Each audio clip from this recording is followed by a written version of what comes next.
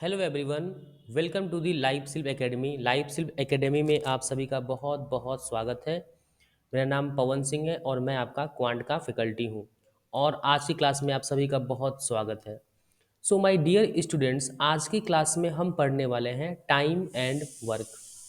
Basically there are three main factors of time and work. Time and work के basically तीन main factors हैं। क्या?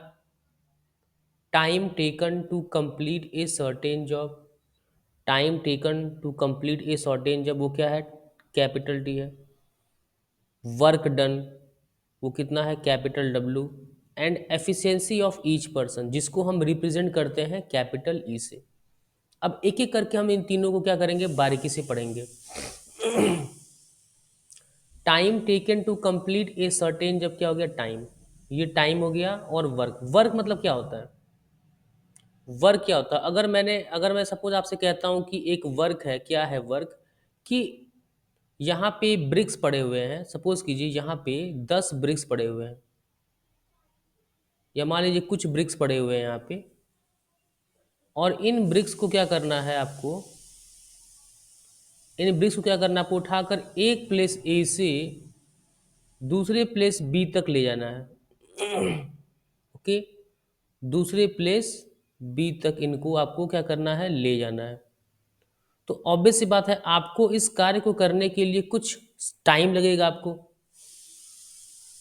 कार्य को करने के लिए आपको टाइम लगेगा।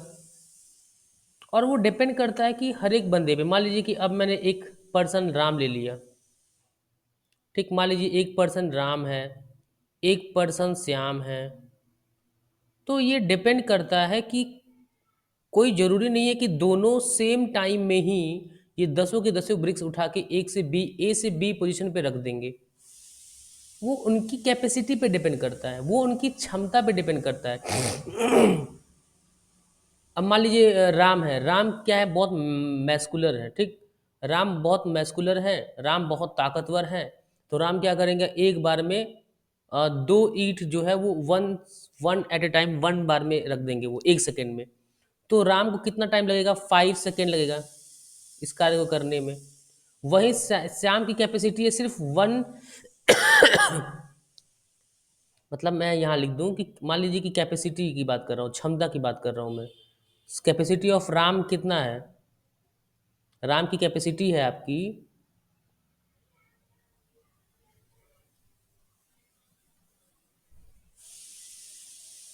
वो कितना है? 2 ब्रिक्स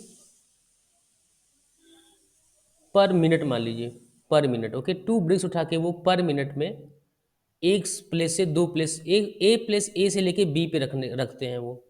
2 ब्रिक्स को एट ए टाइम। और वहीं कैपेसिटी जो श्याम की है, कैपेसिटी ऑफ श्याम, वहीं जो श्याम की कैपेसिटी है वो क्या है? 1 ब्रिक्स एट ए टाइम रखने का है पर मिनट। हर एक मिनट में वो एक ब्रिक्स, श्याम जो है, हर एक मिनट में एक ब्रिक्स को उठाकर पोजीशन ए से पोजीशन बी पे रख देते हैं। तो अगर मैं पूछूं कि टोटल 10 ब्रिक्स है तो राम को कितना टाइम लगेगा? वर्क कितना हो जाएगा? वर्क इस केस में वर्क क्या होगा? वर्क होगा 10 ब्रिक्स को उठा के पोजीशन ए से उठा के पोजीशन बी पे रखने का। ठीक, अब ऑब्वियस सी बात है कि अगर कैपेसिटी ऑफ राम, सबसे पहले क्या होगा कि राम की कुछ कैपेसिटी होगी। कैपेसिटी ऑफ राम, राम की कैपेसिटी है। और इनटू टाइम, उसको कुछ समय लगेगा, टाइम T1 मान लीजिए। तो राम की कैपेसिटी कितनी है? 2 ब्रिक्स पर मिनट। और हमारा वर्क कितना है? वर्क है 10 ब्रिक्स के बराबर। वर्क कितना है? 10 ब्रिक्स को उठा के एक प्लेस से दूसरे प्लेस पे शिफ्ट करना। तो हमें टाइम कितना लगेगा राम को? ये ब्रिक से ब्रिक कैंसिल हो गया, 2 5 जा 10, मतलब 5 मिनट लगेगा राम को उठा के रखने में, 5 ब्रिक्स।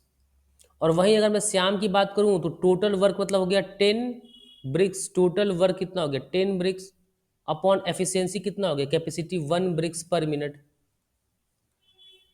Per minute. तो इस केस में श्याम को लगेगा 10 मिनट लगेगा टाइम। मतलब श्याम को 10 मिनट लगेगा 10 ब्रिक्स को उठा के पोजीशन ए से पोजीशन बी पे रखने के लिए। वेयर एज राम को कम टाइम लगेगा 5 मिनट। और उसका रीजन क्या है, राम की एफिशिएंसी या कैपेसिटी वो क्या है, ज़्यादा है। एक्चुअली एफिशिएंसी और कैपेसिटी का एक ही मतलब होता है कि अगर आपकी कैपेसिटी ज़्यादा है तो आप क्या करेंगे। एफिशिएंसी मतलब क्या होता है, एफिशिएंसी का मतलब क्या होता है, कॉन्सेप्ट ऑफ एफिशिएंसी। एफिशिएंसी मतलब होता है rate of doing work, rate of doing work per unit, per unit time, per unit time, rate of doing work per unit time. जो यूनिट है टाइम का,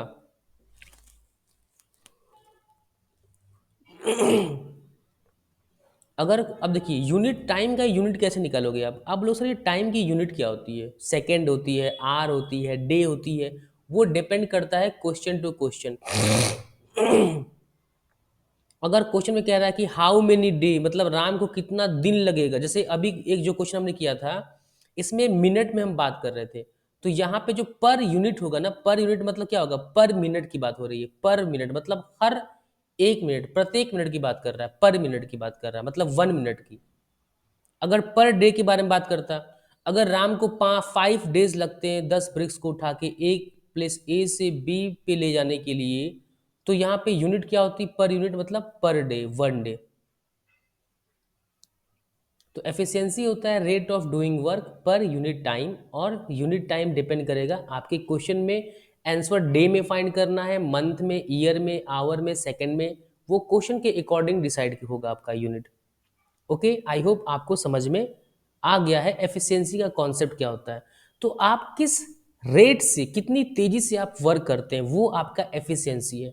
तो ऑब्वियस सी बात है, जब आपकी कैपेसिटी ज़्यादा होगी, आपकी क्षमता ज़्यादा होगी, तो आप की जो एफिशिएंसी है वो भी ज़्यादा होगी ना, कि अगर आप एक बार में 2 ब्रिक्स उठा के ए पोजीशन से बी पोजीशन पे ले जा सकते हैं, उसी टाइम में दूसरा बंदा अगर सिर्फ एक ब्रिक्स उठा के ले जा रहा है, तो आपकी काम करने की एफिशिएंसी क्या हो गई, ज़्यादा हो गई। अब एक चीज़ और देखिए, क्या, कि हमने अभी पढ़ लिया कॉन्सेप्ट ऑफ एफिशिएंसी। अब हम आपको एक चीज़ और पढ़ाएंगे, क्या, कि जैसे सपोज कीजिए कि एफिशिएंसी क्या होता है। अगर एक बात, अगर मैं आपसे कई क्वेश्चन क्या आता है ना, कि देता है कि जैसे मान लीजिए दे दिया कि 20 मेन हैं, उनको 10 डेज लगता है काम करने को, एक काम को कंप्लीट करने में 20 मेन को 10 डेज लगता है, और हर दिन वो 7 आवर्स 8 आवर्स काम करते हैं। ठीक, तो आप बताइए कि, तो आप बताइए कि कितने मेन को इसी कार्य को करने में 8 डेज लगेंगे, और अगर वो सिर्फ 5 आवर्स इन ए डे काम करते हैं तो, मतलब 20 मेन है, 20 मेन को अगर 10 डेज लगता है एक कार्य को करने में, और हर दिन वो 8 घंटे काम को करते हैं, तो कितने दिन मेन को, कितने आदमी को 8 दिन, कितने आदमी उसी कार्य को 8 दिन में खत्म कर देंगे, और 8 दिन वो सिर्फ 5 घंटे काम कर रहे हैं। तो ऐसे क्वेश्चन में हम ये एज्यूम करते हैं कि जो एफिशिएंसी है मेन की, मतलब यहाँ पे इस केस में जो एफिशिएंसी थी मेन की, मेन की जो एफिशिएंसी है, मान लीजिए वो ईएम है, एफिशिएंसी ऑफ मेन, तो यहाँ भी एफिशिएंसी जो होगी मेन की वो ईएम ही रहेगी, क्योंकि मेन की जो काम करने की क्षमता है उसको हम सेम मान के चलते हैं, क्योंकि क्वेश्चन में जब तक अनटिल एंड अनलेस मेंशन ना हो तो। अब हमें पता है कि ये 20 और एक्स दोनों क्या होगा, डिफरेंट होगा। इनिशियली हमारे पास 20 मेन थे, एक कार्य को करने में लगे हुए थे, तो एक्स मेन अगर लगे हुए हैं तो हमें दिख रहा है कि एक्स मेन, ऑब्वियस सी बात है 20 से या तो ज़्यादा होगा या कम होगा, वो डिपेंड करेगा सॉल्व करने के बाद। तो इस केस में हम करते क्या है कि efficiency of main in first case, उसको हम क्या करते हैं, मान लीजिए इसको EM1 मान लीजिए, और ये मेरा efficiency of main in the second case ले लिया हमने, तो EM1 इक्वल टू EM2 हम इसको इक्वेट कर देते हैं। एफिशिएंसी कितना होता है, total work upon total time. तो इस केस में टोटल वर्क क्या है, 20 main into 10 days into 8 hours, ये टोटल वर्क हो गया। इस टोटल वर्क को हमने क्या कर लिया, डब्लू के, देखिए जो टोटल वर्क है ना इसको हमने डब्लू के बराबर एज्यूम कर लिया, और ये भी वर्क क्या है, डब्लू के बराबर। ठीक, इसको ऐसे करते हैं, एक मिनट रुक जाइए।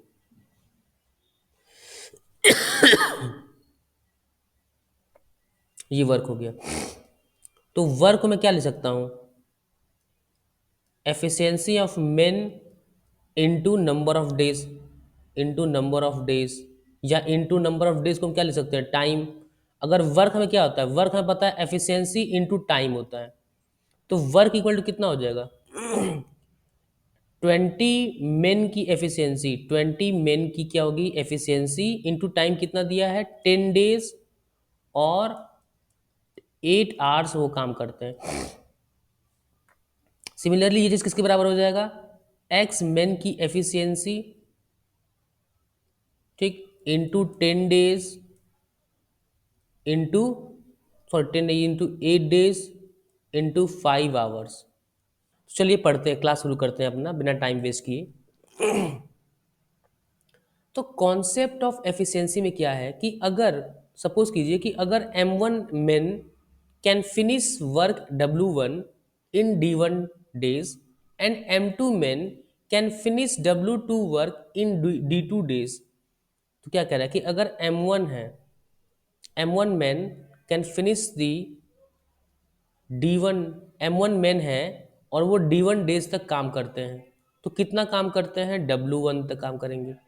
Similarly M2 men D2 days तक काम करते हैं, तो कितना काम करते हैं, W2। और हमने क्या पढ़ा था कि work is equal to time into efficiency.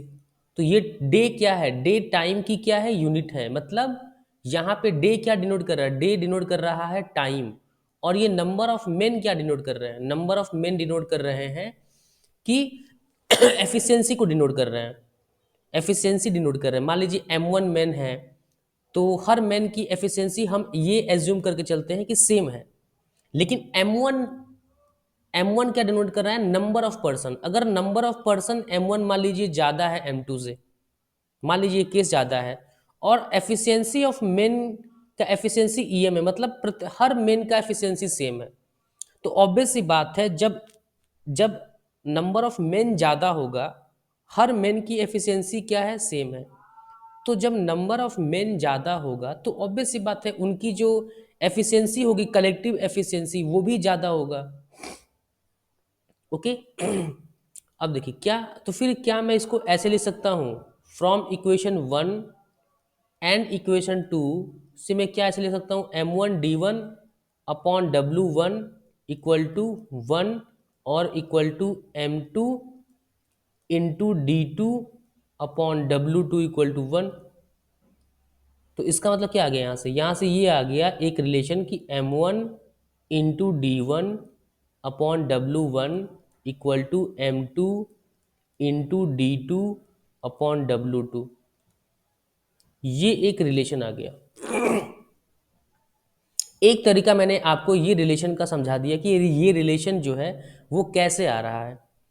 अब मैं इसी रिलेशन को दूसरे तरीके से आपको समझाऊंगा। देखिए, आपको पता है कि हमने क्या कहा था कि एफिशिएंसी जो है मेन की, वो क्या हमने रखा है, सेम रखा है, मतलब जितने लोग काम कर रहे होंगे उन सबका एफिशिएंसी सेम हम एज्यूम करके चलते हैं क्वेश्चन में। इस टाइप की जितने भी क्वेश्चन आएंगे उसमें लगभग सभी क्वेश्चन में हम ये एज्यूम करते हैं कि दोनों ही केस मतलब क्या, कि जब M1 आदमी मिलके एक कार्य को कर रहे हैं, ठीक, और अगर उसी कार्य को M2 नंबर ऑफ मेन करेंगे तो उनको कितना दिन लगेगा। पहली चीज तो क्वेश्चन समझिए, क्वेश्चन कैसे आएगा आपके पास, कि सपोज कीजिए कि दे देगा कि आपके पास कि 10 मेन हैं, उनको 10 दिन का टाइम लगता है एक कार्य को करने में, तो 8 मेन को उसी कार्य को करने में कितने दिन लगेंगे, कितने दिन लगेंगे, N days। तो ऑब्वियस सी बात है क्या है कि जब कार्य सेम है, जब आपका वर्क सेम है, तो मैं डिनोट कर सकता हूं 10 men into 10 days equal to M men into 8 days। तो यहाँ पे मैंने M लिखा, यहाँ भी मैंने M लिखा, तो यहाँ पे मैं एज्यूम कर रहा हूं कि उनकी एफिशिएंसी क्या है, सेम है। अगर ये 8 मेन की एफिशिएंसी सेम नहीं होता तो मैं यहाँ पे एम एम नहीं लिखता। ये एम एम लिखने का मतलब ही ये है कि एफिशिएंसी सेम है। ठीक, अब देखिए आपको पता चल गया एफिशिएंसी सेम है, तो मैं ऐसे लिख सकता हूँ M1 efficiency of each man is what EM। हर आदमी का एफिशिएंसी कितना है, EM है। तो टोटल कितने मैन है, M1 मैन है, तो EM इंटू M1, ये टोटल M1 मैन की एफिशिएंसी आ गई। और वर्क का फॉर्मूला क्या होता है, efficiency into time is equal to work. Time कितना दिया है, D1 डेज, इसमें तो कोई दिक्कत ही नहीं है, D1 डेज क्या है, टाइम है, इक्वल टू वर्क दिया है W1। सिमिलरली में क्या क्या बोल दिया, EM क्या है, efficiency of each man. EM आपका है, यहां पे लिख लीजिए, EM मतलब क्या हो गया कि एफिशिएंसी ऑफ ईच मैन, प्रत्येक मैन का एफिशिएंसी, हर मैन का एफिशिएंसी क्या है, हम उसको एज्यूम करके चले हैं सेम है, इनटू नंबर ऑफ मैन कितना है, M2 है दूसरे केस में, इनको कितना टाइम लगता है D2, और ये कार्य कितना करते हैं W2। तो ऑब्वियस सी बात है दोनों केस में EM क्या आ जाएगा, EM आ जाएगा आपका W1 upon M1 into D1। और दूसरे, पहले इक्वेशन से ये आया, दूसरे इक्वेशन से क्या आएगा, W2 upon M2 into D2 आ जाएगा, क्योंकि एफिशिएंसी मेन का तो सेम है। अब देखिए ये एक रिलेशन आ गया, ओके। अब इसी रिलेशन से हम क्या लिख सकते हैं कि अगर W1 upon M1 into D1 लिखा हुआ है, ठीक, equal to D2, W2 upon M2 into D2 लिखा हुआ है, तो मैं इसी रेशियो को एक दूसरे फॉर्म में लिख सकता हूँ, क्या, M1 into D1 upon W1 equal to M2 into D2 upon W2। ये दोनों रेशियो आप एज इट इज लिख सकते हो बिल्कुल।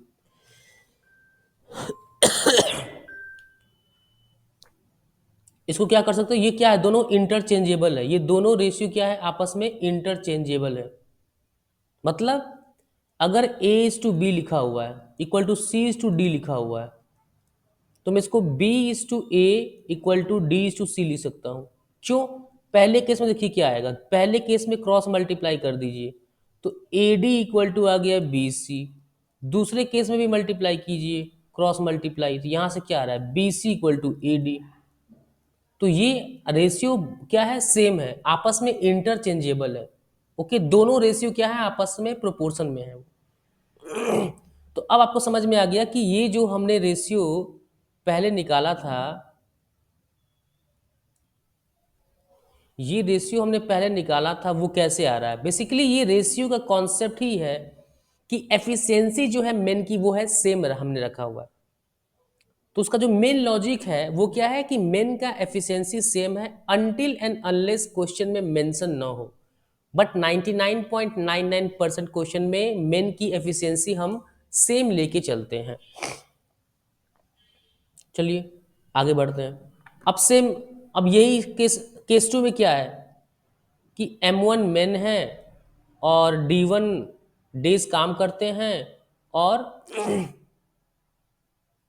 क्या लिखा है, T1 time each day. T1 time मतलब T1 आवर है, ये एक्चुअली क्या होगा, T1 टाइम मत समझिए, T1 आवर मान लीजिए, और हर समय वो कितना काम कर रहे हैं, वो H आवर। यहाँ पे इसको मैं T1 की जगह मैं इसको H1 से रिप्लेस करता हूँ, H1, और ये हो जाएगा आपका H2 आवर हो जाएगा। मान लीजिए H2 आवर ये एक हर दिन काम कर रहा है, तो M1 D1 H1 equal to W1, और M2 into D2 into H2 equal to W2।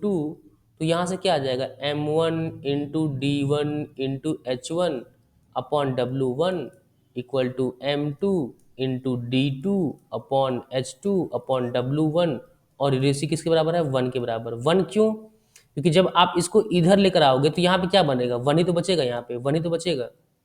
ठीक, जब आप W1 को 1 से मल्टीप्लाई कर देंगे तो M1 D1 H1 कितना हो जाएगा, W1। ओके, आई होप आपको समझ में आ गया होगा। तो यहाँ पे भी वही केस जैसे अभी मैंने किया ना, वो सेम चीज़ यहाँ भी करना है। क्या कि efficiency of main into M1, ये हो गया टोटल एफिशिएंसी, और टोटल टाइम कितना दिया है D1 into T1 our into H1 our है। ये टोटल टाइम, ये क्या एफिशिएंसी है और ये है टाइम। सिमिलरली ये क्या हो गया वर्क W1। फिर यहाँ पे आपको क्या करना है EM into M2 into D2 into H2 equal to W2 हो गया। अब एफिशिएंसी दोनों केस में सेम होगा क्योंकि मेन का एफिशिएंसी क्या होता है सेम होता है। तो क्या आएगा W1 upon M1 into D1 into H1 okay equal to हो जाएगा W2 upon M2 into D2 into H2। और इसी रेशियो को हम रिवर्स करके अगर लिख दें तो हमें क्या मिलेगा finally M1 D1 into H1 equal to W1। मैंने आपको दो तरीके समझा दिए, दो तरीके से मैंने आपको प्रूव कर दिया कि ये जो रेशियो है वो ये रेशियो ऐसे क्यों आ रहा है। दो लॉजिक है, ठीक। दो दो लॉजिक से मतलब दो तरीके से मैंने आपको प्रूफ करके बता दिया कि ये रिलेशन क्यों आ रहा है, और इसको आप याद कर लीजिए। बट आपको इसके पीछे का लॉजिक पता होना चाहिए, सिर्फ रट्टा मत मारिएगा, लॉजिक आपको पता होना चाहिए। अब हम शुरू शुरू करते हैं पहला क्वेश्चन। अब हम क्वेश्चन प्रैक्टिस करेंगे, बहुत सारे क्वेश्चन लाया हूं मैं। तो अब हम शुरू करते हैं अपना पहला क्वेश्चन। क्या कह रहा है क्वेश्चन को देखिए। अगेन मैं आपसे रिक्वेस्ट करूंगा कि क्वेश्चन को सॉल्व करने से पहले वीडियो को पॉज कर दीजिए।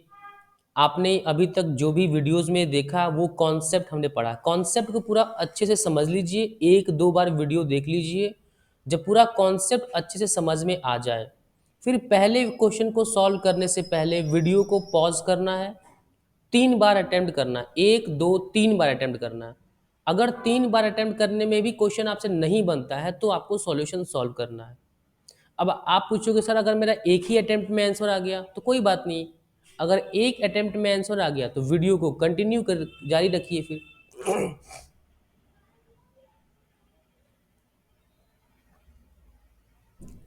A certain number of men can do work in 40 days. If there were 8 men, it could be finished in 10 days less. मान लीजिए मैंने एज्यूम कर लिया कि X मैन है और X मैन को कितना लगता है 40 डेज लगता है कार्य को करने में। अब कह रहा है मतलब X क्या है मैन है, एक्स एम मतलब X मैन हो गए इंटू 40 डेज लग रहा है इनको। तो अब कह रहा है कि इफ देयर वेयर 8 मेन, अगर 8 मेन हो then it could be finished in 10 days less, मतलब 30 डेज में ये कार्य पूरा हो सकता है।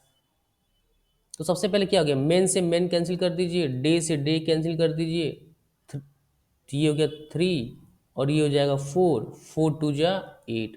तो x कितना आ गया, x आपका आ गया 6, तो मतलब 6 मेन होना चाहिए। तो how many men were there initially there should be 6 men होना चाहिए। ओके चलिए अब हम सॉल्व करते हैं अपना next question. A and B together can do a piece of work in 6 days, मतलब ए और बी जो है वो कितने दिन में कार्य करते हैं 6 डेज में। ये क्या हो गया टाइम हो गया, और ये मैं क्या निकालूंगा वर्क।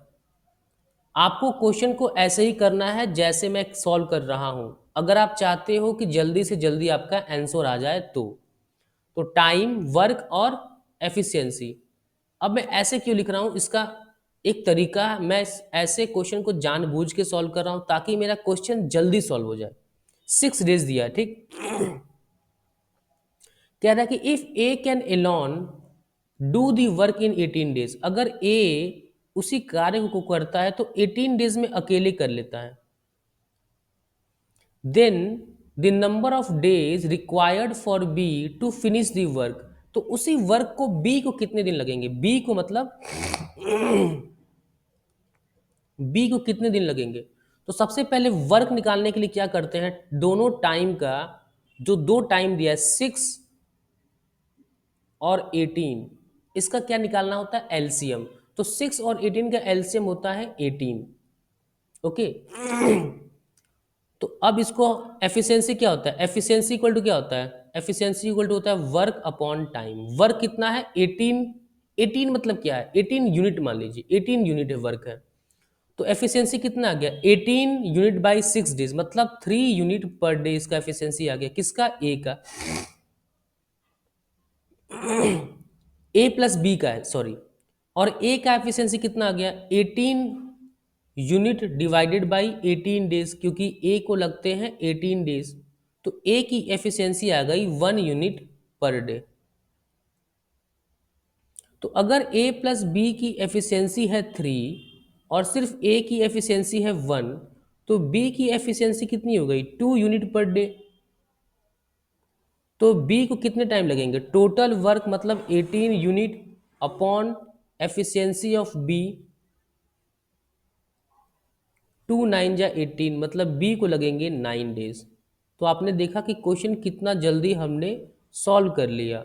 बट आप में से कुछ बच्चों को ये कन्फ्यूजन होगा कि सर आपने क्वेश्चन को इतना लेंदी बना दिया। अभी पहला क्वेश्चन है इस चैप्टर का, इसलिए मैं बिल्कुल आराम आराम से आपको समझाते हुए चल रहा हूँ।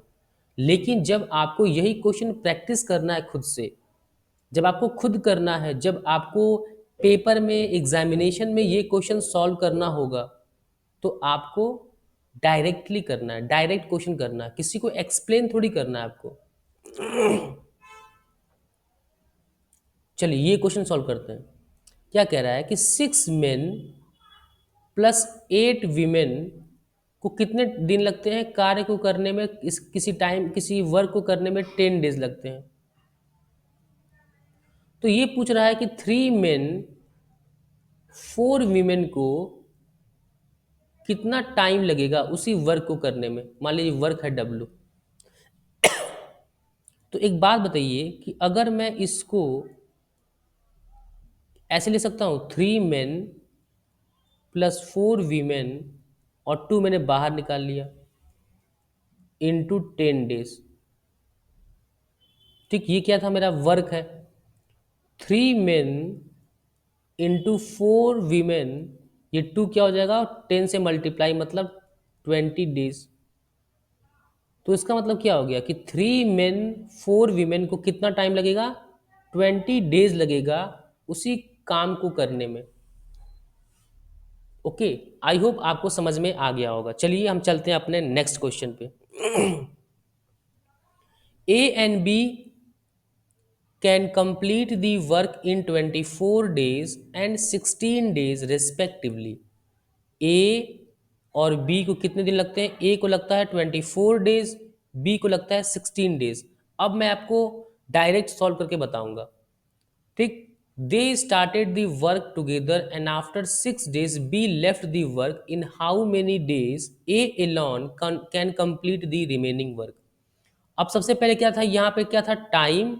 ये क्या था? वर्क। ये क्या था? एफिशिएंसी। वर्क कैसे निकालना है इन दोनों का?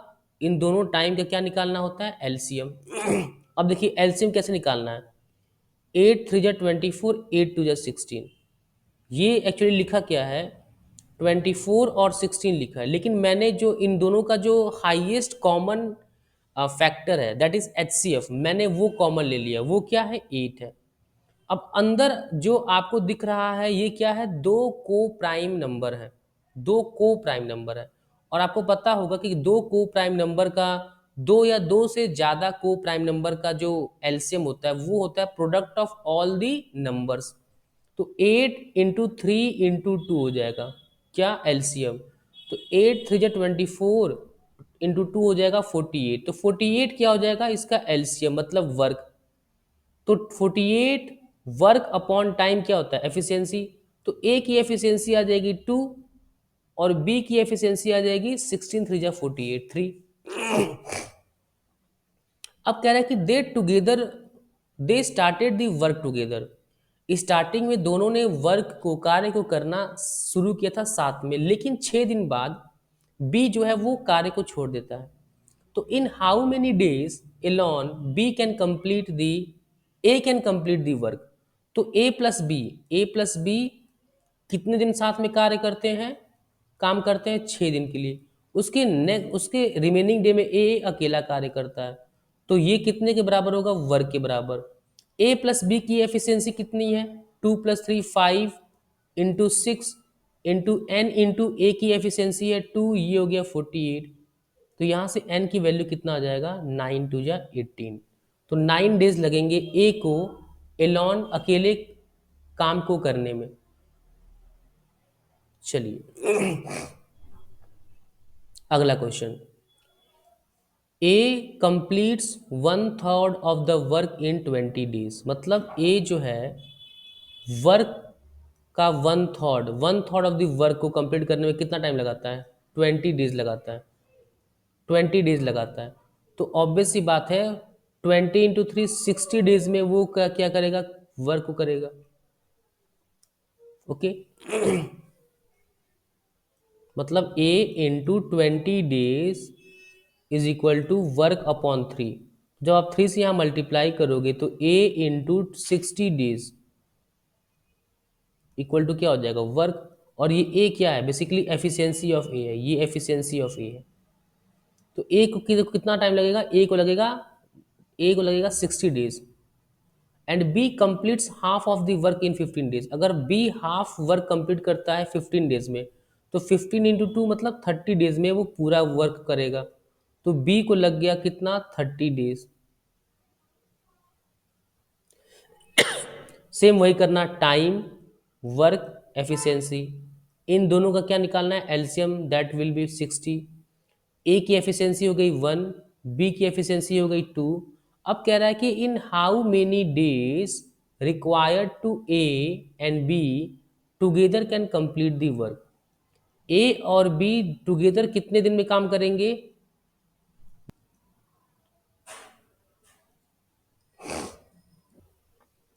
क्या कह रहा है? 50 men can do a piece of work in 40 days. तो मतलब वर्क हमारा हो गया 50 men इंटू 40 डे।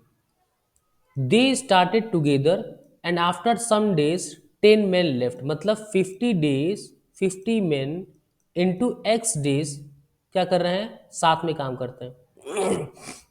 ठीक। और उसके बाद क्या हो रहा है कि कुछ दिन बाद वो मतलब एक्स डे के बाद 10 आदमी काम छोड़ देता है, मतलब 40 men बच गए। अब ये 40 men को कितना टाइम लगता है? 40 डेज लगता है काम को करने में।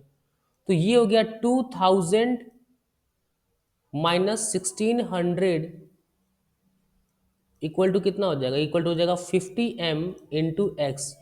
तो ये हो जाएगा 400/400 equal to 50m into x. X आ जाएगा हमारा 8 डेज। एक्स कितना आ जाएगा हमारा? एक्स आ जाएगा हमारा 8 डेज। चलिए 15 men take 20 days. 15 men take 20 days to complete a job working 8 hours a day. So the number of hours a day should 20 men take to complete the job in 12 days. Means 15 men को 20 days लगता है एक job करने में, working 8 hours a day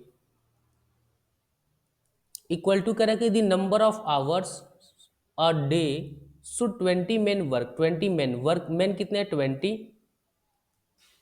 अब क्या कह रहा है? The number of hours 20 men 20 men take to complete the job in 12 days. 12 days दे दिया है। अब क्या कह रहा है? X our. एक्स हमें निकालना है, number of hour per day क्या आएगा वो हमें निकालना है। और देखिए 20 से 20 कैंसिल हो गया, 12 से 12 4 3 = 12 और ये हो गया 4 2 = 8।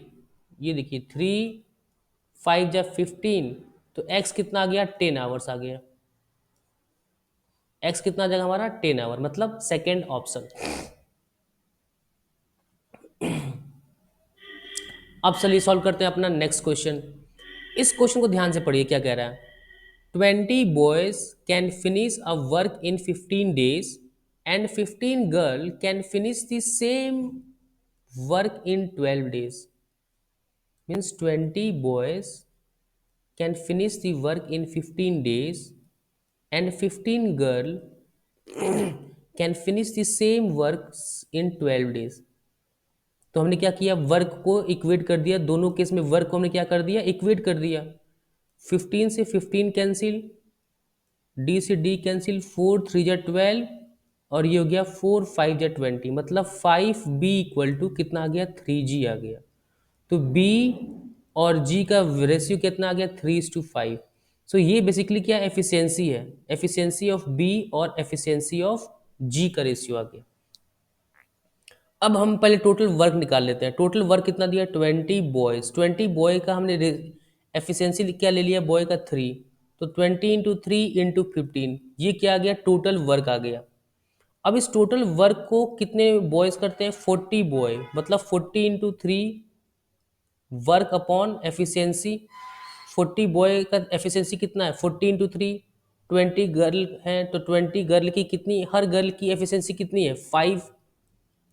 तो ये कितना हो जाएगा, 20 × 3 × 15, और ये हो जाएगा 120 प्लस 100, 220 हो जाएगा। ये जीरो से जीरो कैंसिल, 211 हो जाएगा, मतलब 45/11 क्या आ जाएगा इसका आंसर।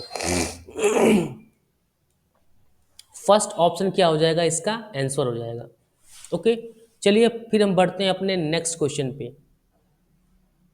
अगला क्वेश्चन ध्यान से पढ़िएगा। A and B can do a piece of work in 20 days। A and B can do a piece of work in 20 days। अब क्या कह रहा है कि एफिशिएंसी ऑफ बी की बात कर रहा है कि बी जो है वो 25% मोर एफिशिएंट है किससे, ए से। तो ये हो जाएगा, मतलब अगर ए का एफिशिएंसी 4 है तो बी का एफिशिएंसी 5 हो जाएगा। क्यों, 4 से 5 का मतलब क्या होता है, 1 का इंक्रीज ओवर 4, मतलब 25% का इंक्रीमेंट।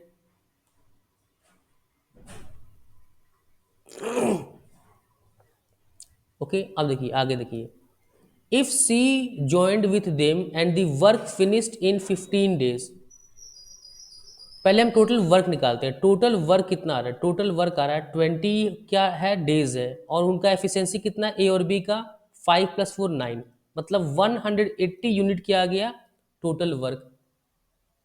अब कह रहा है कि सी भी उनको ज्वाइन कर ले, मतलब इस टोटल 180 यूनिट को अगर मैं डिवाइड कर दूं efficiency of A plus B plus C, तो ये टाइम कितना आ रहा है, ये कह रहा है 15 days में। मतलब अगर वो तीनों मिल के काम करे तो 15 दिन में इस कार्य को खत्म कर सकते हैं। तो efficiency of A plus B plus C कितना आ जाएगा, 12 आ जाएगा, मतलब 180/15 इक्वल टू कितना हो जाएगा, 12। 180/15 12 हो जाएगा। ए और बी का एफिशिएंसी हमें पता है 5 + 4 9 है, तो सी का कितना हो जाएगा, 12 - 9, मतलब सी का एफिशिएंसी हो जाएगा 3। So efficiency of 3 will be, C will be 3। ठीक, तो टोटल टाइम कितना लगेगा, टोटल टाइम जो सी को लगेगा खत्म टाइम वर्क को कंप्लीट करने में, वो लगेगा 180 upon efficiency of see that is 3। तो सी को लगेंगे 60 डेज। अगर सी अकेले इस काम को करेगा तो सी को लग जाएगा 60 days to complete this particular work.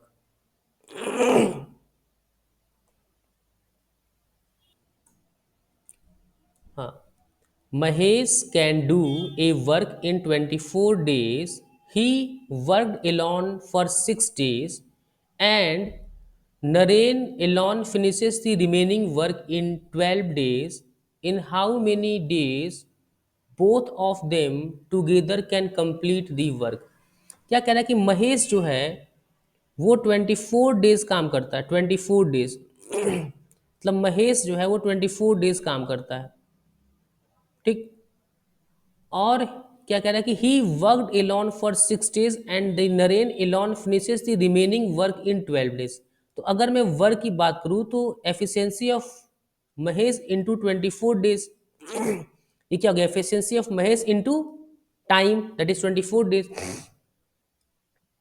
अब क्या कह रहा है कि महेश जो है वो 6 दिन अकेले काम करता है, तो रिमेनिंग कितना वर्क बच जाएगा, रिमेनिंग वर्क कितना होगा, रिमेनिंग वर्क जो हो जाएगा वो हो जाएगा एफिशिएंसी ऑफ महेश इंटू 18 - 60, मतलब 18 डेज। अब इसी वर्क को, रिमेनिंग वर्क को जो नरेश है, मतलब एफिशिएंसी ऑफ नरेश EN मान लिया, वो 12 डे में खत्म कर देता है रिमेनिंग वर्क को। तो 6 3 जा 18, 6 2 जा 12, तो एफिशिएंसी ऑफ महेश और एफिशिएंसी ऑफ नरेश कितना हो जाएगा, 2/3 हो जाएगा, 2:3 हो जाएगा। अब क्या कह रहा है कि वो दोनों मिल के कितने दिन में काम कर लेंगे। तो सबसे पहले अगर मैं एफिशिएंसी ऑफ महेश को 2 एज्यूम कर लूं, तो टोटल वर्क कितना आ जाएगा, 24 × 2, दैट इज 48 यूनिट। और 48 unit upon total efficiency Naresh और महेश का कितना है, 5 है। तो टोटल डेज आ जाएगा 48/5, और इसका आंसर क्या होगा, 4। ओके। चलिए अगले क्वेश्चन की तरफ बढ़ते हैं। अब आप देखिए कि क्वेश्चन, इससे डिफिकल्ट क्वेश्चन आपके एग्जाम में नहीं आएगा, या तो इतना डिफिकल्ट आएगा, अगर पेपर डिफिकल्ट हुआ तो उसकी डिफिकल्टी लेवल इससे ज़्यादा तो नहीं आ सकती। किसी भी वर्स्ट केस में भी मैं जो क्वेश्चन आपको क्लास में करा रहा हूँ, इससे डिफिकल्ट क्वेश्चन आपके पेपर में नहीं आने वाला है, इन वर्स्ट केस ऑल्सो। सो अगर आप इस वीडियो कोर्स को अच्छे से पढ़ लेते हैं, एक बार, दो बार, और जो जितने क्वेश्चंस मैंने कराए हैं आपको वीडियो कोर्स में, उन सभी क्वेश्चन को बार बार आपने 3 4 बार अगर आपने सॉल्व कर लिया एग्जाम से पहले, तो मैं आपको लिखित में कैसे दे सकता हूं कि आपके जो मैथ का पेपर है, क्वांट का पेपर है ना, उसमें आप बहुत बेहतरीन परफॉर्मेंस दोगे आप। क्योंकि क्वेश्चन बहुत अच्छे में लाया हूँ, इजी भी नहीं है क्वेश्चन, मॉडरेट क्वेश्चन है, क्वेश्चन का लेवल अच्छा है। तो अगर ये क्वेश्चन आपको समझ में आ रहा है और आपसे क्वेश्चन बन रहे हैं, तो एग्जाम में आपको प्रॉब्लम नहीं आएगा। The ratio of efficiency of A and B is कितना दिया है, 4:5।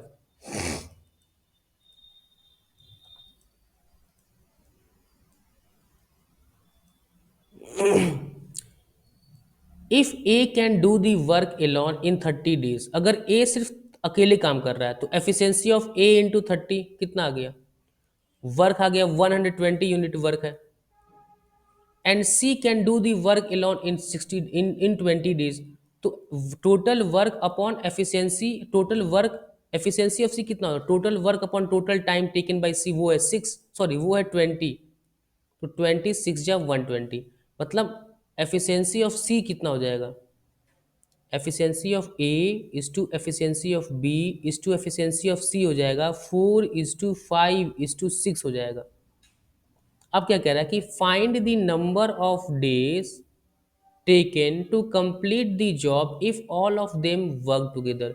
तो तीनों की कंबाइंड एफिशिएंसी कितनी है, मतलब efficiency of A plus efficiency of B plus efficiency of C, वो कितना है, 4 + 5 + 6, मतलब ये हो गया 15 है। तो टोटल वर्क कितना है, 120 यूनिट अपॉन टोटल एफिशिएंसी, वो है 15। 15 × 8 = 120, मतलब उनको टोटल तीनों अगर कंबाइंड, मतलब एक साथ काम करें, तो उस कार्य को वो 8 डेज में खत्म कर सकते हैं।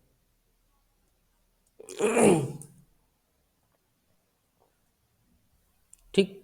अब देखिए, 16 men can complete a piece of work in 12 days, working 14 hours a day. 16 men can complete a piece of work in 12 days, working 14 hours a day. Okay. How long 28 men working 12 hours a day? ठीक। क्या दे रखा है, ये x day होगा into 12 hours a day है। 12 से 12 cancel, 14 × 2 = 28, और x कितना आ जाएगा, 8 डेज आ जाएगा। x कितना होगा, 8 डेज, 8 डेज होगा x, मतलब आपका थर्ड ऑप्शन आ जाएगा। चलिए हम बढ़ते हैं अपने नेक्स्ट क्वेश्चन की तरफ। Sumit and Tarun can separately make a wall in 20 days and 30 days। Sumit और तरुण है वो 20 डेज और 30 डेज में काम को करते हैं। टाइम, फर्क, एफिशिएंसी, इनका क्या लेना होता है? हमें इनका लेना होता है एलसीएम। ये कितना हो जाएगा? 60। तो यहाँ से सुमित का एफिशिएंसी आ जाएगा 3 यूनिट पर डे, और ये तरुण का एफिशिएंसी आ जाएगा 2 यूनिट पर डे। ये लिखना नहीं है आपको एग्जाम में, आपको डायरेक्ट 3 और 2 ही लिखना है। और वो आपको अंडरस्टूड होना चाहिए कि वो पर डे का ही निकाल रहे हैं हम। क्योंकि टाइम का यूनिट कितना है? जब क्वेश्चन, मैंने क्या कहा था स्टार्टिंग में, कि जब क्वेश्चन में डे दिया है, डे के बारे में बात कर रहा है, तो बाय डिफॉल्ट जो यूनिट होगा पर यूनिट टाइम, वो क्या होगा? एफिशिएंसी क्या होता है? Work done per unit time. Work done per unit time, तो पर यूनिट टाइम क्या है? डे है, तो 3 यूनिट पर डे ही हम एज्यूम करेंगे। सो यहाँ पे डे लिखना कंपलसरी नहीं है, आप अवॉइड कर सकते हैं टाइम सेव करने के लिए। अब कह रहा है कि how many days before Tarun lips so that the wall will be finished in 16 days. मतलब तरुण काम को कितना दिन पहले खत्म, मतलब कितना दिन पहले काम छोड़ के चला जाए, सो दैट जो टोटल दिन लगते हैं काम को करने में वो 16 लगे। अब देखिए, अगर दोनों मिलके 16 दिन काम करते हैं, 3 + 2, तो ये टोटल वर्क होगा। ठीक, मतलब तरुण को मैंने पूरे 16 दिन काम करवा दिया, लेकिन मुझे पता है तरुण पूरे 16 दिन काम नहीं किया है। तरुण पूरे 16 दिन काम नहीं किया है। तरुण मान लीजिए कि एक्स डे पहले चला गया है, तो एक्स डे तरुण पहले चला गया है, तो एक्स डे इंटू तरुण की एफिशिएंसी कितनी है? 2x। ये मैंने क्या निकाला है? अगर मैं 16 × 3 + 2 5 कर दूं, तो ये क्या हो जाएगा कि तरुण और सुमित को हमने 16 दिन काम करा लिए, लेकिन तरुण 16 दिन काम कर नहीं रहा है, वो एक्स डे कम काम कर रहा है। तो जो कम काम कर रहा है उसको मैंने क्या कर दिया, इस 60 में मैं ऐड कर दूंगा, तो ये हो जाएगा 80 = 60 + 2x। तो x की वैल्यू यहाँ से कितना आ गई? 10 डे आ गई। मतलब तरुण जो है वो 10 दिन पहले ही काम को छोड़ के चला जाता है। तो आपने देखा कि क्वेश्चन को जल्दी करने के लिए मैंने एक दूसरे तरीके से किया। अब देखिए इसी क्वेश्चन को मैं एक और तरीके से करता हूं। ये एक तरीका था, ये मुझे ज़्यादा अच्छा लगता है क्योंकि इससे डायरेक्ट और जल्दी आंसर आता है। मान लीजिए कि सुमित, हमें पता है कि सुमित जो है वो पूरे 16 दिन काम करते हैं, और तरुण को मान लीजिए, मैंने मान लिया कि तरुण ने n डे काम किया है, तो n × 2 हो जाएगा। ये किसके बराबर होना चाहिए? 60 के बराबर। तो 2n = हो जाएगा 60 - 48, मतलब 2n = हो जाएगा 12। तो n = कितना हो जाएगा? 6। मतलब तरुण सिर्फ 6 दिन काम किया है, तो 6 दिन तरुण ने काम किया, इसका मतलब, और 16 डेज में देखिए 16 डेज में काम खत्म होता है, और तरुण सिर्फ 6 डेज काम करता है, तो मतलब तरुण 10 दिन पहले काम छोड़ के चला जाता है। तो 10 दिन क्या, यहाँ से भी आंसर क्या आ रहा है? 10 डेज। मतलब 10 डेज पहले तरुण काम को खत्म होने से 10 दिन पहले ही तरुण क्या करता है? काम को छोड़ के चला जाता है। A alone can complete the work in 24 days, and A and B together can complete the work in 16 days. If A started the work and left after 8 days, then B alone can completed the remaining work in how many days did B complete the remaining work? क्या कह रहा है कि A जो है उसको लगते हैं 24 डेज, और ए और बी टुगेदर मिलके उसी वर्क को 16 डेज में कर सकते हैं। ये क्या हो गया? टाइम। ये हो गया वर्क। इन दोनों का क्या निकालना है? लेना है हमें एलसीएम लेना है 24 और 16 का। अब क्या इनका निकल जाएगा? एफिशिएंसी हो जाएगा 48/24, that will be equal to 2, और ये हो जाएगा 48/16, that will be equal to 3। And since जो यूनिट है वर्क टाइम का वो है डेज, तो 2 यूनिट पर डे आप लिख सकते हैं, 3 यूनिट पर डे भी लिख सकते हैं, बट एज इट इज़ मैंने जैसे कि मैंने बता रखा है कि इतना नहीं करना है, बहुत टाइम वेस्ट हो जाएगा हमारा। डायरेक्ट 2 और 3 लिख दीजिए। अब क्या कह रहा है कि ए प्लस बी की एफिशिएंसी कितनी है, 3 है। ए की एफिशिएंसी कितनी है, 2 है। तो बी की एफिशिएंसी कितनी हो जाएगी, 1। अब क्या कह रहा है कि if A started the work and left after 8 days, तो ए स्टार्ट कर दिया है वर्क और 8 डेज बाद उसने क्या कर दिया, लेफ्ट कर गया, छोड़ के चला गया काम। अब रिमेनिंग जो है काम वो बी कर रहा है, बी की है एफिशिएंसी 1 है। टोटल वर्क है 48 यूनिट, तो n into one equal to कितना हो जाएगा, 30, मतलब n हो जाएगा 30 डेज।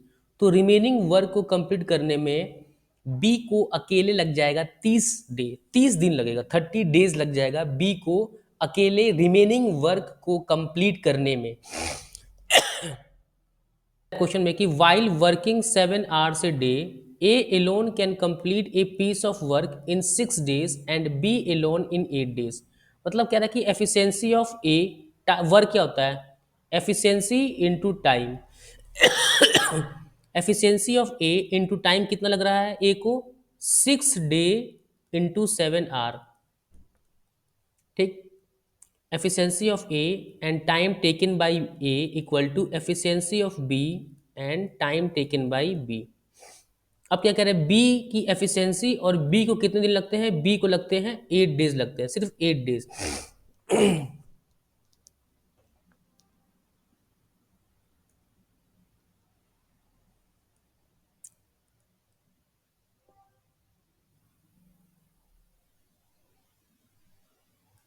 और ये हो गया B को लगते हैं एलॉन 7 इंटू 8। तो एफिशिएंसी ऑफ A इंटू 3 हो जाएगा 4 टाइम्स एफिशिएंसी ऑफ B। तो efficiency of A upon efficiency of B कितना हो जाएगा, 4/3। अब क्या कह रहा है, टोटल वर्क कितना हो गया, टोटल वर्क हो गया efficiency of A into 6D into 7H। ठीक, एफिशिएंसी ऑफ ए कितना है, एफिशिएंसी ऑफ ए को आप ले सकते हैं 4 यूनिट, तो 4 इंटू 6D इंटू 7H कितना आ गया, टोटल वर्क। और efficiency of A plus efficiency of B, क्यों, क्योंकि पूछ रहा है कि in what time would they complete it together working 8 hours a day. तो 4 + 3 7 हो गया उन दोनों का कंबाइंड एफिशिएंसी। अब कह रहा है कितने डे, उसको मैंने एक्स डे एज्यूम कर लिया, मतलब ये जो है आपस में ये बराबर होगा ना 7 × XD into 8 hours a day, क्योंकि वो दोनों कंबाइंड दोनों मिलके 8 आवर्स काम करते हैं पर डे। 7 से कट गया 7, 4 × 2 = 8, 2 × 3 = 6, मतलब x आ गया आपका 3 डेज आ गया। आंसर क्या होगा, पहला ऑप्शन। चलिए,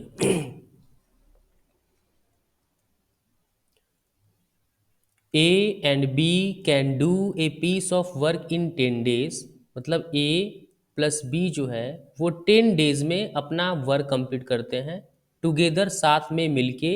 आगे कह रहा है कि B और C can do it in 12 days, मतलब B और C जो है वो उसी कार्य को करते हैं 12 डेज में। A and C can do it in 15 days, मतलब A और C जो है इसी काम को 15 डेज में करेंगे।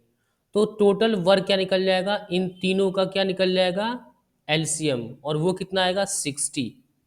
फिर एफिशिएंसी निकाल लेंगे, A प्लस बी का एफिशिएंसी आएगा 6, B प्लस C का आएगा 5 और A प्लस C का आ जाएगा एफिशिएंसी 4। अब देखो इन तीनों को ऐड कर दीजिए तो कितना आएगा, 2 times of A plus B plus C। So 2 times of efficiency of A plus B plus C equal to कितना हो जाएगा, 6 + 5 + 4। तो यहाँ से efficiency of A plus B plus C कितना आ जाएगा, 15/2 आ जाएगा। ठीक, तो efficiency of A plus efficiency of B plus efficiency of C आपका 15/2 आ गया। अब क्या कह रहा है कि कह रहा है कि ए को अकेले इस कार्य को, मतलब 60 यूनिट ऑफ वर्क को कंप्लीट करने में ए को कितना टाइम लगेगा। तो सबसे पहले हमें efficiency of A plus B plus C मालूम चल गया 7.5, 15/2 मतलब 7.5।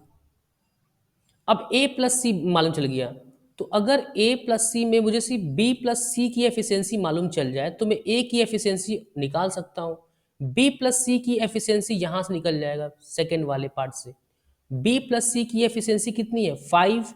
तो अगर मैं 7.5 that is the efficiency of A plus B plus C में से मैं efficiency of B plus C minus कर दूं दैट इज 5, तो कितना हो जाएगा एफिशिएंसी ऑफ ए 2.5 मतलब 5/2।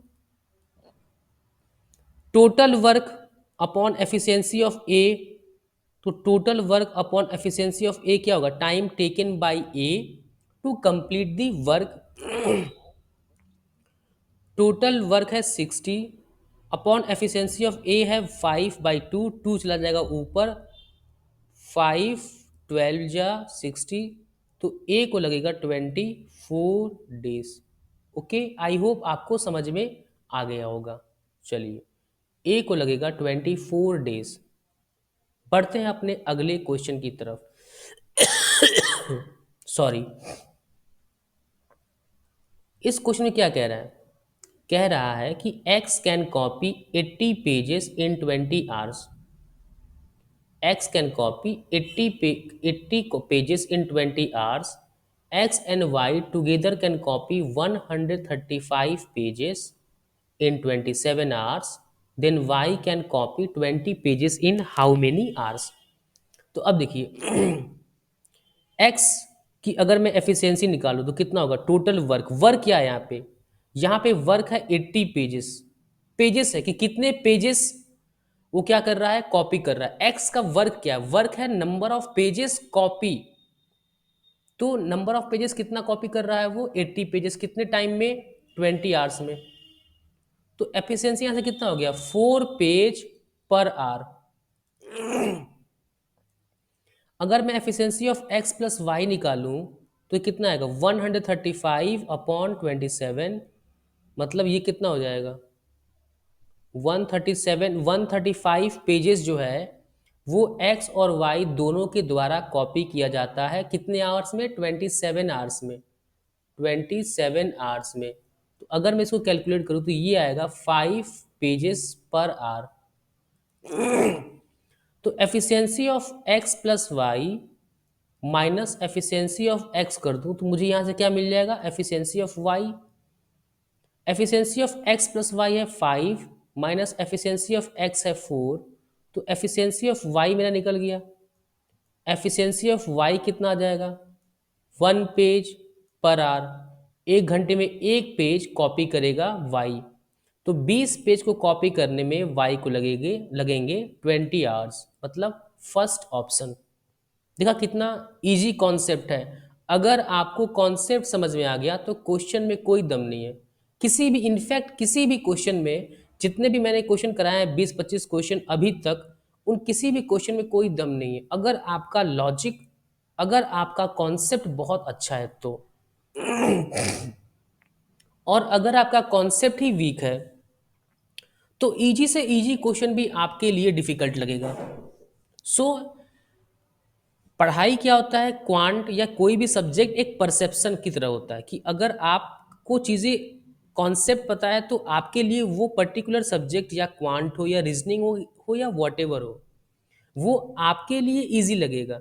हो सकता है कि it may be difficult for someone else, किसी और के लिए डिफिकल्ट है बट आपके लिए वो चीज़ इजी होगा comparatively than others. 8 men can do a work in 12 days. After 6 days of work, 4 more men were engaged to finish the work. ठीक, तो 8 men वर्क कितना हो गया वर्क हो गया 8 men इंटू 12 डेज। अब क्या कह रहा है कि आफ्टर 6 डेज मतलब इसमें से उसने क्या किया कि 8 men जो है वो 6 डेज तक यूजुअली काम कर रहे कोई दिक्कत नहीं है, प्लस 6 दिन बाद 4 मेन और ज़्यादा इंगेज हो जाते हैं उसी कार्य को करने के लिए। तो 8 + 4 आफ्टर 6 डेज। तो अब कह रहा है कि अब एक्स डे लगेगा उसको रिमेनिंग वर्क को कंप्लीट करने में। ये हो गया 12 6 या 96, 12 8 या 96, और ये हो जाएगा 6 8 या 48, और ये हो जाएगा 12x। तो यहाँ से x कितना आ जाएगा 4। तो x मतलब क्या है, नंबर ऑफ डेज। तो x क्या हो जाएगा 4 डेज। एम डी क्या हो गया, मान लीजिए यहाँ पे 96 एम डी आ गया, 48 क्या हो गया M D, 12x M D. तो एम डी से एम डी क्या हो जा रहा है, कैंसिल हो जा रहा है। तो x क्या आ गया 4, और x क्या है, नंबर ऑफ डेज। आगे पढ़ते हैं। If 3 men or 6 women can do a piece of work in 16 days, in how many days can 12 men and 8 women can do the same work? अब कह रहा है 3 men को 16 डेज में जितने काम कर रहे हैं उतना ही काम 6 women 16 डेज में कर रही हैं। तो इसका मतलब क्या हो गया, 16 से 16 कैंसिल हो गया, और मेन और वीमेन की जो एफिशिएंसी की जो रेशियो है ना, वो कितनी आ जाएगी, 2:1। क्यों 2:1 हो जाएगा, efficiency of men is to women. अब क्या कह रहा है कि इन हाउ मेनी डेज, सबसे पहले हम वर्क निकाल लेते हैं। एफिशिएंसी ऑफ मेन कितना है 2, तो 3 × 2 ये हो गया total efficiency of 3 men, into total time हो गया 16 डेज। तो टोटल वर्क हो गया 16 6 या 96 यूनिट वर्क हो गया टोटल। ठीक, टोटल हो गया 96 यूनिट वर्क। अब क्या कह रहा है कि in how many days can 12 men and 8 women can do the same work. अब इसी वर्क को 12 men एंड 8 women कितने दिन में काम करेंगे। तो 12, तो सबसे पहले टोटल एफिशिएंसी निकालते हैं। टोटल एफिशिएंसी 12 men का कितना आएगा, 12 × 2 = 24, और 8 women का होगा 8 × 1, तो 24 + 8 होता है 32। तो टोटल एफिशिएंसी आ गया 32। तो टाइम कितना हो गया, total work 96 upon total efficiency 32। तो यहाँ से अगर आप सॉल्व करोगे तो टाइम कितना आएगा, 3 डेज आएगा। तो इसका आंसर कितना हो गया, 3 डेज। चलिए अगला question. A, B and C can do a piece of work in 20, 30 and 60 days respectively. मतलब ए, बी और सी तीन जो है वो एक ही कार्य को करते हैं, एक ही काम को करते हैं, एक ही वर्क को करते हैं 20, 30 एंड 60 डेज में रेस्पेक्टिवली। अब क्या कह रहा है क्वेश्चन में, in how many days can A do the work if he is assisted by B and C on every third day? तो अब देखिए सबसे पहले हम एफिशिएंसी निकालेंगे ए बी सी का। इसको लगता है, ए को लगता है 20 डेज, बी को लगता है 30 डेज, सी को लगता है 60 डेज। सबसे पहले इन तीनों का क्या निकालेंगे, एफिशिएंसी, और सॉरी एलसीएम, और वो कितना आएगा 60 आएगा। तो 60 क्या हो जाएगा, टोटल वर्क 60 यूनिट। ए का एफिशिएंसी कितना आ गया, ए का एफिशिएंसी आ गया 3, बी का आ गया 2, और सी का आ गया 1। In how many days A can do the work if he is assisted by B and C on every third day? तो पहले day, first day, second day, third day. First day ए अकेला काम करेगा तो फर्स्ट डे की efficiency 1 होगी।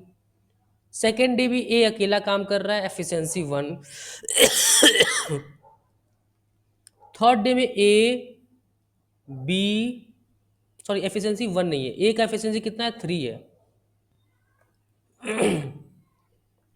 तो फर्स्ट डे ए अकेला काम कर रहा है तो ए की एफिशिएंसी हो गई 3। सेकेंड डे भी ए अकेला है तो एफिशिएंसी हो गया 3। थर्ड डे क्या है, ए, बी और सी तीनों मिलके काम कर रहे हैं। तो पहले 2 दिन क्या है, 3 एफिशिएंसी है। तीसरे दिन की एफिशिएंसी क्या है, 6 है। टोटल वर्क करना है 60 यूनिट। तो 3 दिन में कितना वर्क हो गया, 6 + 6 12 यूनिट।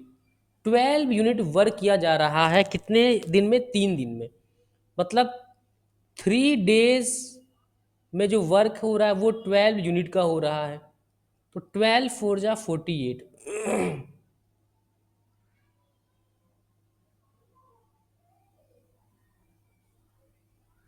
12 फोर जा, हाँ सॉरी 12 फाइव जा 60, और ये इसको भी 5 से मल्टीप्लाई कर दीजिए, तो 15 डेज में कहीं जाके वो 60 यूनिट वर्क कंप्लीट करेगा। तो टोटल वर्क कितना लगेगा, टोटल टाइम्स 15 डेज लगेगा। ओके, चलिए अब बढ़ते हैं अपने अगले क्वेश्चन पे।